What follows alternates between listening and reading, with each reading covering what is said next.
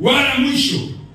Yeye ni Alfa, yeye ni Omega, yeye ni wa kwanza, yeye ni wa mwisho, na zaidi yake yeye hapana Mungu.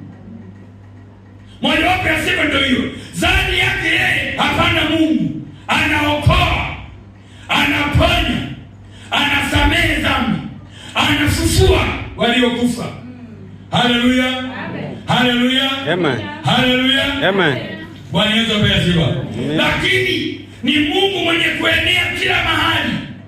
Ni Mungu anayeweza kuonekana ama asionekane. Yaani anaweza akawa sirini ama anaweza akawa dhahiri. Amen. Amen. Amina. Bwana Yesu asifiwe. Amen. Haleluya. Amina. Lakini yeye ni Mungu ambaye anayeweza kutoka juu, kutoka mbinguni na kuja duniani, na kutoka duniani kurudi mbinguni. Lakini awe na sifa ya kutembea juu ya bahari, awe na sifa ya kutembea kwenye moto bila kuungua. Bwana Yesu asifiwe. Amen. Haleluya. Amina. Hana mipaka, hafungwi na kitu chochote, mwenye kuenea kila mahali kwa wakati mmoja. Leo tuko hapa tunaabudu, kanisa linamwabudu Yesu. Sasa sikiliza, dunia nzima Bwana Yesu asifiwe anatajwa, anakuwa hapo mahali anasema wakusanyikapo watu wawili ama watatu kwa jina.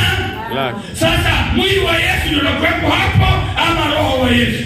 Roho wa Yesu. Roho wa Yesu ndio uweza. Roho wa Yesu ndio nguvu. Kwa hiyo iko pale ambapo liitwapo jina lake. Bwana Yesu asifiwe. Amen. Sasa kama ni kanisa hauna jina la Yesu, hapo Yesu hayupo. Unaabudu miungu. Hakuna roho wa Mungu hapo.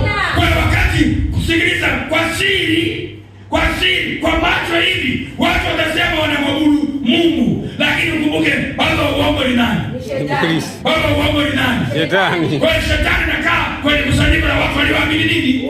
Uongo. Maana yeye ni roho. Amen.